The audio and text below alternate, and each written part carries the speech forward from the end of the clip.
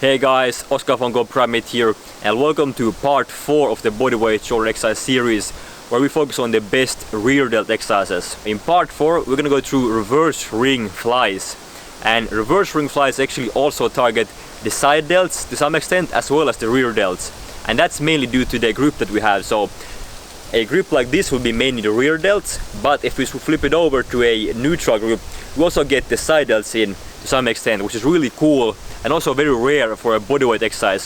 So that's one of the reasons why I'm a really big fan of reverse ring flies. So for reverse ring flies, you will only need one pair of gymnastic rings, so 2 gymnastic rings, and somewhere to hang them, and that's all you need for this.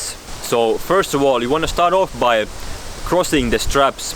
So this way the rings won't slide away from each other in the middle of the set. The key things you want to keep in mind when doing reverse ring flies are the following. Number 1, you want to keep your arms straight at all times. Number 2, you want to keep your body straight at all times, so make sure you squeeze those glutes, lock them, and keep your core nice and tight as well. And number 3, you want to pull yourself in between the rings, so that at the top position your arms are going to be shaping a large letter T, like this, so that your arms are going to be parallel to the ground, and you're going to be just in between the rings with your arms straight. And at the top you want to, as usual, have a short squeeze, and when you lower yourself in a controlled manner. So put the brakes on and maintain that constant tension in the rear delts at all times. To adjust the difficulty here is, as usual, very simple. To make it easier, all you do is take a few steps backwards. In this way you're gonna end up in a more vertical position, so it's gonna be easier.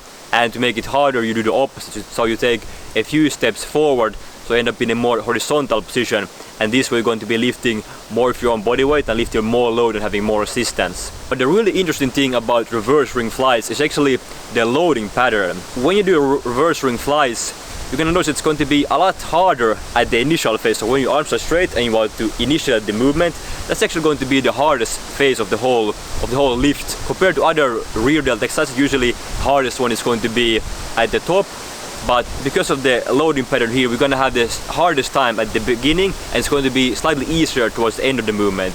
Now this loading pattern actually gives the rear delts a different training stimulus compared to from other rear delt exercises, and that is just a great variation to get into your rear delt training overall.